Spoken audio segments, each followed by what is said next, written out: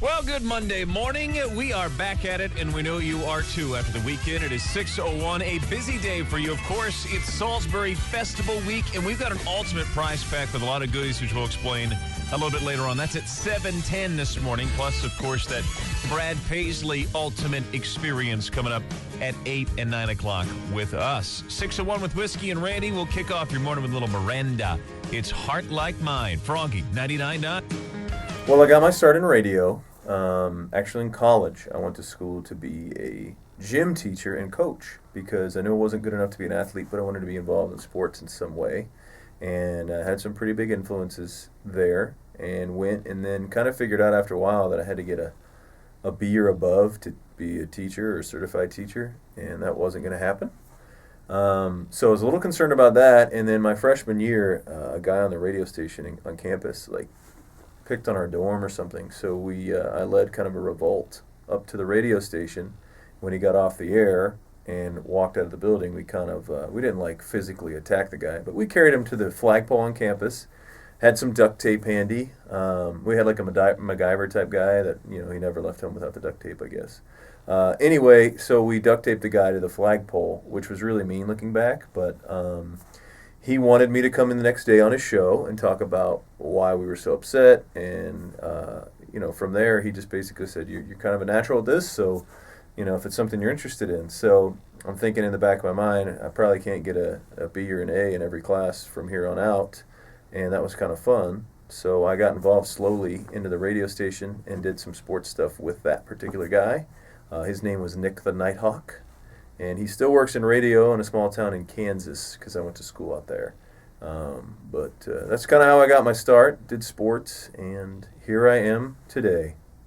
Well, I knew what I was going to do straight from day one. A lot of people say when they're growing up they want to do this, they want to do that. A lot of people say they want to be a sports athlete, making millions playing and having fans cheer. I knew I wanted to do radio. I just knew I was going to do it, and I was destined to do it, and I ended up accomplishing a dream, if you would. Hey, Whiskey and Randy are great. I moved here, 2 years ago. I didn't know anybody, and before I had met anybody, both of them made sure to come into my office and introduce themselves, and they're like, if you need help moving, if you need to know anything, come and talk to us, and I think they're great guys. Whiskey is... he's a little more rambunctious than Randy, and Randy's kind of the quieter one, so they're yin and yang for each other. Red dye.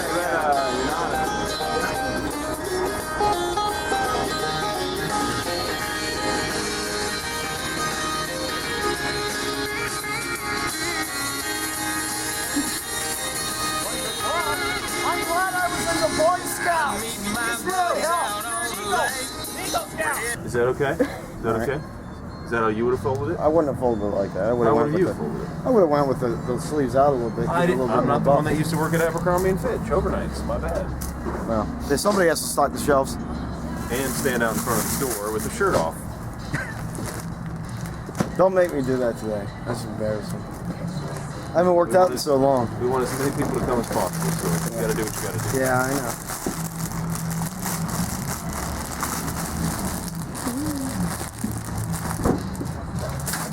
I just can't do it. So this is it, man. Life of a rock star. Life of a DJ. Here we are. Yeah, when I was in when I was in radio school, they didn't have T-shirt folding 101. Yeah. Apparently they should have. I want some money back from my school. I've said this several times that if anything's going to happen with T-shirt folding or anything like that, they should send somebody out here just to fold the shirts for us. There's no reason we should be getting our hands dirty. We're celebrities.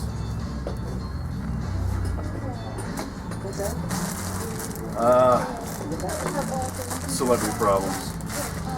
Downsides to radio would probably be getting up early. 4 a.m., it is tough to get up every day and try to still live a life and be a parent and a husband. Because I don't want to go to bed at 7 o'clock at night. I want to be around and watch TV and be normal. So I just kind of bite the bullet and sleep less than probably some people. But that's one thing. You know what Daddy does for work? No. You know where I go? Huh? What? What do I do there? I You don't know? What does he do? What do you think I do? What does he talk about? don't know. I can't hear you. What's your favorite radio station? Rocky 99! Whoa! Do you listen to Daddy? Who does Daddy work with? Whiskey. What does he look like? Is he cute? Handsome. He's handsome? Oh, that's nice. There are a lot of things I love about being on air. You know, it's not like a strenuous job. I never wake up like dreading coming into work, which, you know, it sounds small, but man, that's a big thing for me. I like to be able to come to a place or a work environment where it's fun, and I'm fortunate enough where the best part of my day is kind of the first part of my day because we do a morning show. I do not like waking up at 4 a.m., but when I get to work and I'm kind of woken up, you know, it's a job I love and a lot of fun doing a show with a good friend of mine named Whiskey. So that's part of what I love. And just the fact that you get to interact with people and mean something in the community. We are here in Salisbury, and Lucy's Craft Brewing Company is where we are at the public house. We're here until 2 o'clock, and there's been a lot going on here today. This is kind of the after party. And Matt Drew joins us. He is kind of the mastermind behind Bike Salisbury, or Bike SBY. Just tell us how it all kind of began and why you guys are trying to make Salisbury a bike-friendly community. Yeah, thanks. So we started off with a simple idea. We wanted to see where we could put bike lanes in Salisbury where people would use them in order to go from where they live to where they either work or go to school.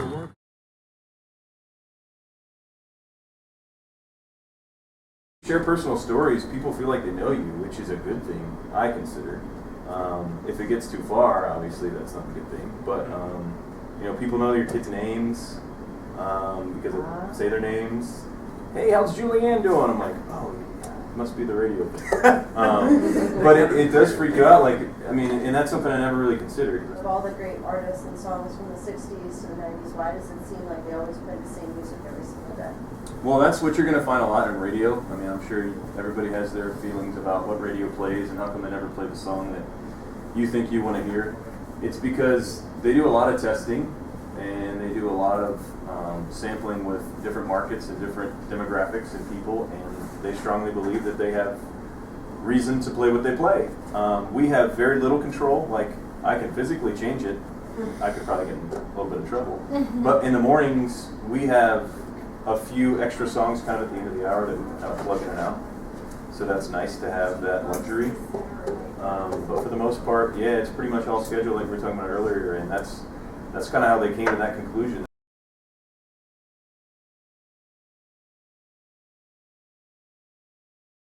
It's intense. It can be really intense. I mean, you got to think on your feet. You got to, you know, even if you're sitting, you got to think on your feet. You got to be, you know, getting and going. You got to know what you're going to do. You got to know what you're going to talk about, and just having fun and the people, the fans. It's not a day goes by that I don't get recognized somewhere. And in radio, you usually don't get that. But with technology nowadays, Facebooks and websites, and you know, people recognize my picture, they recognize me, they recognize my voice, and it's fun. It's fun walking into a gas station, just you know, gonna go pick up a 40 and some gas or something, and you walk in and somebody goes, "Whiskey?" I mean, that is the most. That's the best part. The fans is the best part.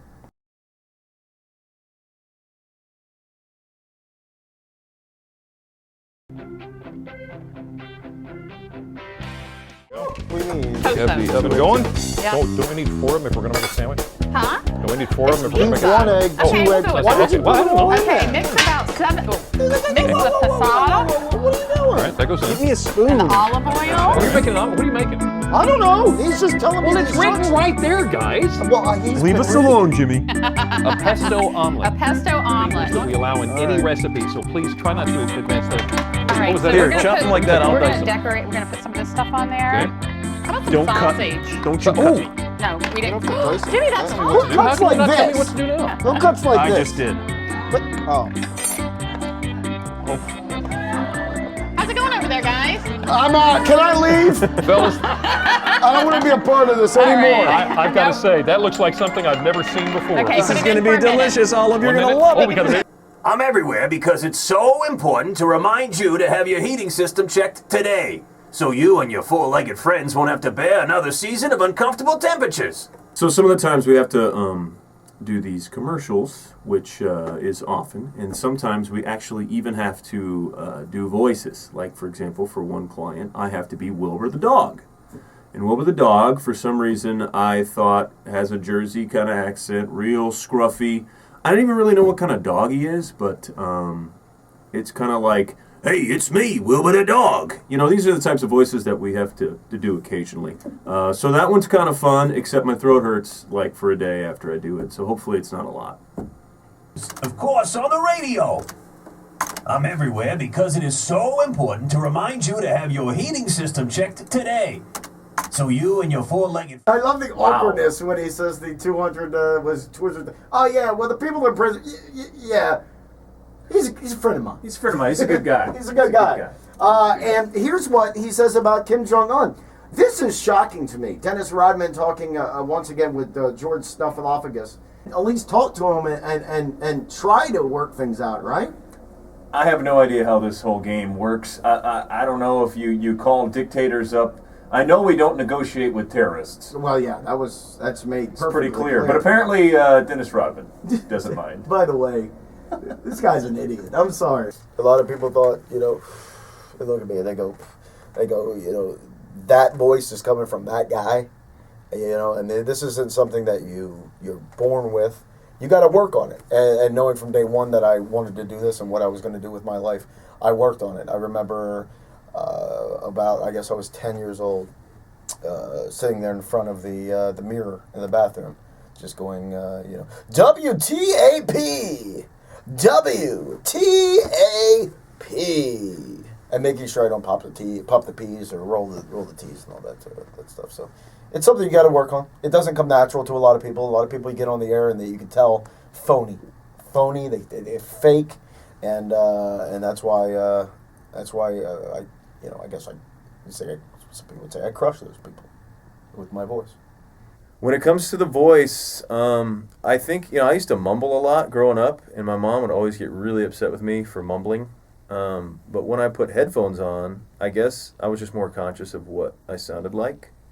And I think that helped me when headphones were off, too, to speak clearer. And the voice is, I guess, the voice. Some people say, like, drink hard liquor and smoke, but you don't necessarily have to do that.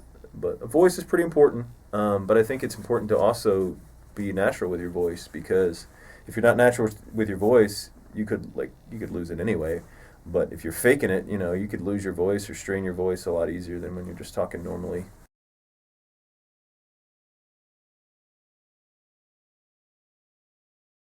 Endorsements has been a different way to earn a little more income. An endorsement is obviously, hey, I'm Randy Scott and I endorse this product. I use this product, it works.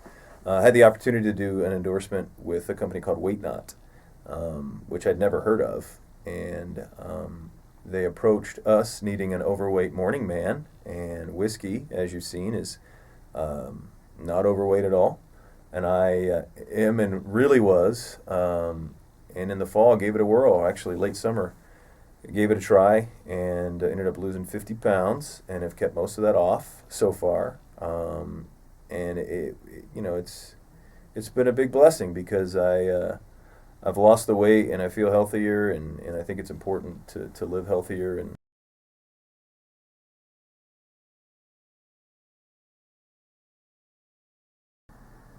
I'd say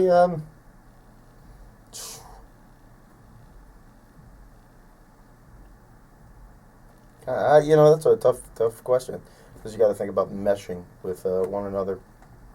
I mean, I would have to say, just because of what he's done and who he is, I'd have to say Howard Stern.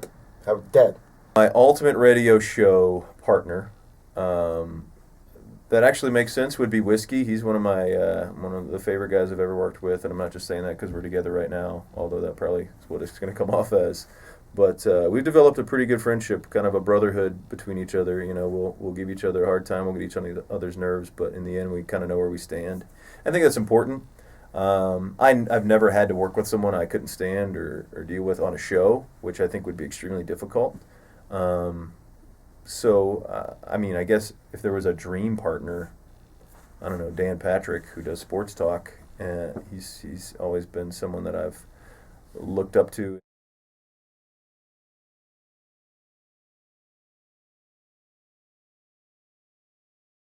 Whiskey in one word.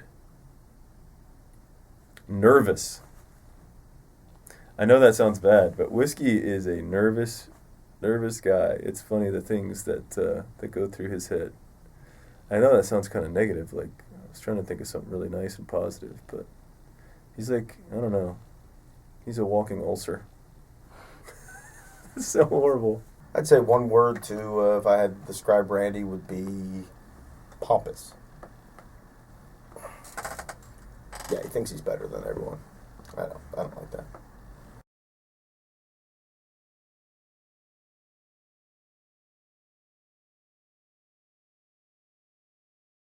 Who's your favorite morning person? Daddy or Whiskey?